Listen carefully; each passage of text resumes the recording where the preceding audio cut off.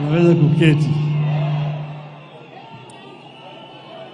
Your Excellency, Mheshimiwa William Samoei Ruto, the President of the Republic of Kenya, the governors, distinguished guests, ladies and gentlemen, hamjambo. Hamjambo tena. Yes. I first want to begin by thanking everybody who has come here today to help us do a send-off to George Nyang'ira Oduor. It is very, very painful and it's very difficult for me to talk about George. But first let me begin by bringing condolences from Mama Aida, my wife, who cannot be here today because she's on a mission in Korea. That's why she's not here. George is a part of our family. And you see, it is now 10 years since we lost our first son, Fidel. And now George is gone. It's so painful indeed. If you say somebody is ready to take a bullet for you, George. I've known few people who can be as committed and dedicated like this young man. We have had, as they have said, a very difficult time. Sometimes George is a very cool person and very intelligent, very observant. You think he's a fool when he's next to you, but he's thinking very deeply. So when he comes and tell you, this place is not safe, let's get out, you must get out very quickly. So it is very painful indeed. George worked for me. He did not work for Jaramogi. Just very briefly, Jaramogi was very briefly around there. When we recruited George, we sent him for training to South Africa. And in South Africa he trained and was top of his class as a security officer. You can see his reports. Later on we sent him to Israel. Again he trained in Israel for 3 months on security. If you look at his reports, very, very, very exemplary. So he was a very highly trained officer. He even trained in the United States. He knows how to sense trouble. He feels it and he wants you. This is going to happen. This is going to happen. So we knew each other so closely, so well with George, and we've traveled around the world with him.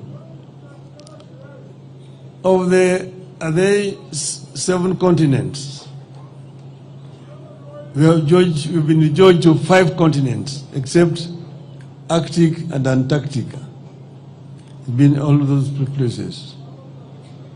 And he's so familiar with many other things. When you go to a place within a short period of time, he has moved around and he has scouted and know where the danger is. So it is painful. But the other people we have seen here, they call the veterans. Veterans, wasimami. Those people there. Hello? Veterans, fungeni mkono. These are the people who have been with us. There's very many. They are battle hardened. Asanteni sana. Ni hao watu ambao wamekuwa pamoja na George throughout all this period of time. So we have lost a son in our family, and we are very sad indeed. Mama Carol here has kept George. She has looked after George very well. George was all the time very smartly dressed when he came to work. Thanks to Carol. Yeah. So I thank all of you for coming here today. Now today is not my day to make a long speech. I don't want to make a speech. But wacha niseme hivi. Kenya hii iko hapa na itabaki. Dunia ni daima, lakini binadamu haishi dunia daima. Kwa hivyo Kenya ni moja peke yake. Mpaka tulinde Kenya, na vile vile tubadilishe Kenya. Na Kenya italindwa na itabadilishwa na Wakenya, si mtu wengine. Kwa hivyo Wakenya mpaka wasimame pamoja. Yale ambayo tutaki ni ubaguzi. Ubaguzi ya kijinsia, ubaguzi ya rangi, ubaguzi ya kikabila, ubaguzi ya huyu ni mzee, huyu ni kijana, huyu ni mama, huyu ni mlemavu. Hatutaki. Tunataka kuunganisha Kenya wawe kama kitu kimoja. Hiyo ni muhimu sana. Pili, neno yangu ya pili, Junet yari amesema, tulipigania kwa nguvu na dhati tupate katiba mpya. Kuna watu wengi ambao walikuwa hawataki katiba mpya. Sana sana walikuwa napinga sana mambo ya ugatuzi. Ugatuzi. Mmoja akatuambia ati watu wengine wanaitwa governors. To govern what? Kwa hivyo ugatuzi ilikuwa na maadui wengi zaidi. Ndio sababu kuna zingine ambayo hatukuweka. Kuna zingine ambayo ziko katika ile bomas ya kwanza draft. Lakini haziko katika hii katiba ambayo tuko nayo sasa siku ya leo. Hii katiba is still work in progress. Lakini ugatuzi ilikuwa muhimu zaidi. But devolution is not working, but devolution is still not working properly. If devolution were allowed to work properly, you will see the fruits of devolution. Go to Germany and see how a devolved system works. Very, very efficient indeed. You know, we did not, for example, devolve education. But in most of devolved systems, education is devolved up to secondary school. The reason why we did not devolve devolution was because of NAT. NAT walipinga wakasema ati NAT itakufa kama devolution education is devolved. Tutamobilize walimu kupinga hii katiba. That's why we did not devolve education. But even if it is not devolved, Mr. President, it can be delegated. Some funds can be delegated. That is not there. If they opposed the devolution of education system. But even the other one, infrastructure. Your Excellency, I'm the one who was Minister for Roads and Public Works, came up and created these agencies, Kenha, Kura, and Kera.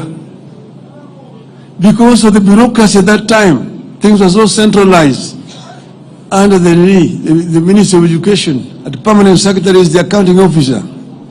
Things were very inefficient, were not working. So with the World Bank, we worked together and created these agencies. But that was under a unitary system of government. With a devolved government, there's no need for Kura and Kera. Kura and Kera should be under the counties. It does not make any sense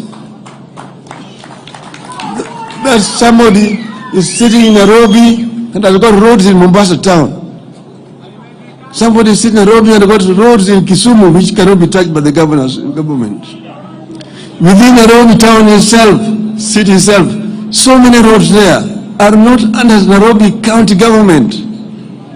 They're under national government. That's why it's so inefficient. It's so inefficient. Let us devolve funds to the counties. And as I was told the MPs, and I disagree. CDF, national government, give that series of internal government, but to the counties, not the MPs. Full levy. Members of Parliament, Your Excellency, have no business concerning roads. The role of a member of Parliament is clearly stated. Representation, legislation, and oversight.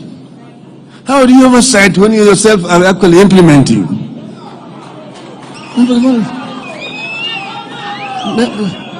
Those funds should go to the counties. And if the governors mess up with those things, then we will deal with the governors themselves. But they don't tie the hands of governors. And then MPs go and say, mimi ndio nimejenga barabara hii, pia nimejenga barabara hii, nimejenga shule hii, niko hospitali hii, governor hajafanya chochote. Because the governor has not been given the money. Give the money to the governors. Let devolution work properly. And that's why I say that if they don't do it, we will make it an election subject. Campaign properly against the members of Parliament. So that members of Parliament should allow governors to do their work and then do oversight, which is your constitutional duty. That is what I wanted to say today. I don't want to make a long speech. My brother, Mheshimiwa Rais wa Jamhuri ya Kenya, karibu, ongea na hawa watu yako.